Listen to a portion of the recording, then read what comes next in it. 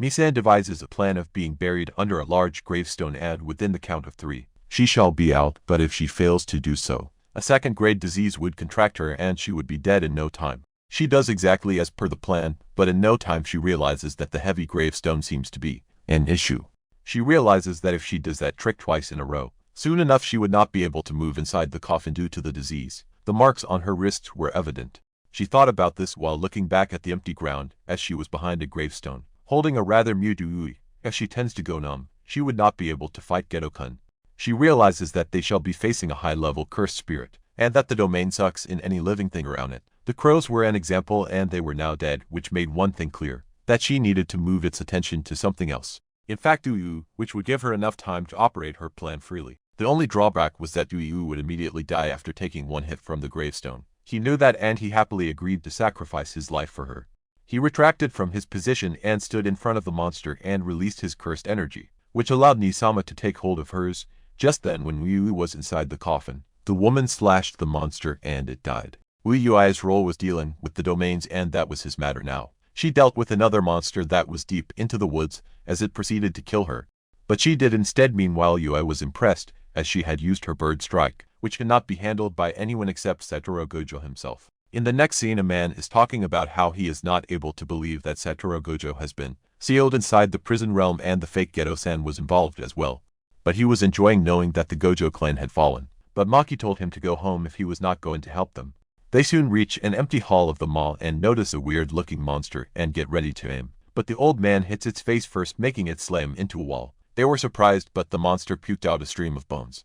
They were the skeletons of all the people it had eaten. Soon the monster flew into the air, bursting out of its old body and flooding the entire floor with a vast amount of water. The old man argues with the monster, who then tells him that his name is Dagon and not some cursed spirit.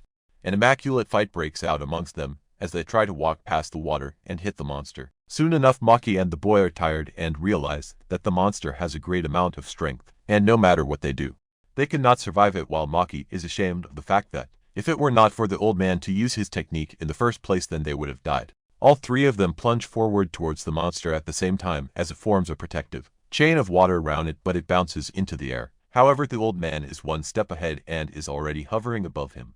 He hits the monster hard, for it to knock out for a while. The monster is pissed because he is not able to activate its energy in time while the man keeps hitting him. He realizes that it was because of him and gets ready to aim, but he uses a special technique of several frames in seconds and dodges it in time. He has to touch the monster after the execution of the technique, which would determine their next actions in the fight, or he would freeze for a moment. The monster was surprised that the man was faster than Gojo himself due to his innate sense and conception for frames and beats in time. He had succeeded in becoming the fastest sorcerer, aside from Satoru Gojo himself. Within a split second, all three of them, Maki, the boy and the old man, find themselves at a beach. The monster was inside the water, explaining that the domain had been expanded and now they had to face Shikigami, which was the domain's guaranteed hit attack at them. The Shikigami do not exist until hit by something or someone, and they had to be careful while the old man activated his domain by using a technique which allows it to protect the user by encountering and fusing with his own cursed energy. Upon seeing the monster realizes that the old man was not just a normal human being, so he decides to activate a technique called Death Swarm, where he would divide his cursed energy to defeat them.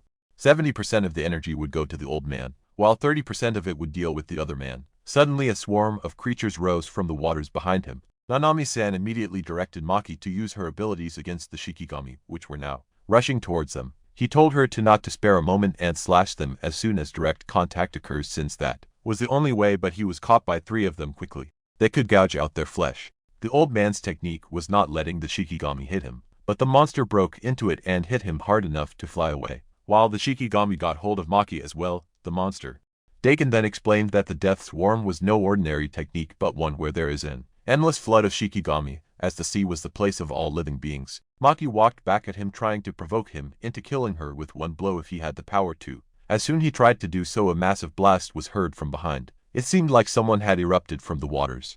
It was Megumi, as he threw some weapons at Maki, while the monster could not believe that he had interfered with his domain with his own.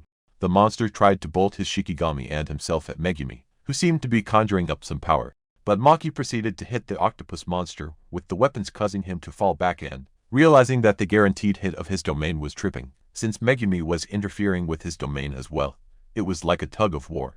In order for the monster to retrieve the guaranteed hit of his domain, he had to crush Megumi domain, which meant he had to kill him, as he sent a powerful Shikigami his way. Megumi was frightened, but Nanami-san had entered the scene and slashed both of them into two pieces. Nanami-san told Megumi to focus on the domain, while he protected him from the octopus and other attacks. The monster was surprised to see that he had only endured the Shikigami death swarm for hardly a minute and managed to survive. And just then the old man appeared again, but his arm had been torn off. As he tried to get back at the monster, who then released two Shikigamis again, Megumi had to keep the domain steady as Nanami-san proceeded to slash the incoming Shikigami. They stood a chance as the old man fought with the octopus over his lost arm, seeking to take revenge for it. However, Megumi had a bloodied nose for using too much of his energy and explained to Nanami-san that he is not here to interfere with the octopus domain and instead shall open a hold long enough for everyone to pass through it, since it would be harder to do so from the inside and the one he had come through was already sealed. The octopus domain was at his feet and that is where the hold would appear and they would jump through it. Once they are able to get out of his domain, they could easily win. Unlike Gojo, Megumi was not capable enough to hold multiple dimensions at the same time. Nanami-san understood and asked Megumi whether all this would result in him leaving himself behind, because he would not let that happen. But Megumi sighed out and said that although there was a possibility of it, but he would not just sign his life away easily. He would fight for it. Nanami-san called out Maki and the old man to round up, which they immediately did, leaving the octopus monster dumbfounded as he thought they were protecting the boy, making it easier for him to take them down. But he soon realized what they were actually planning and quickly plunged at them. Nanami-san also shouted at them to jump through the hole at Megumi's feet, because the octopus was near, but soon something else was coming out of it. It was a man. All four of them were shocked,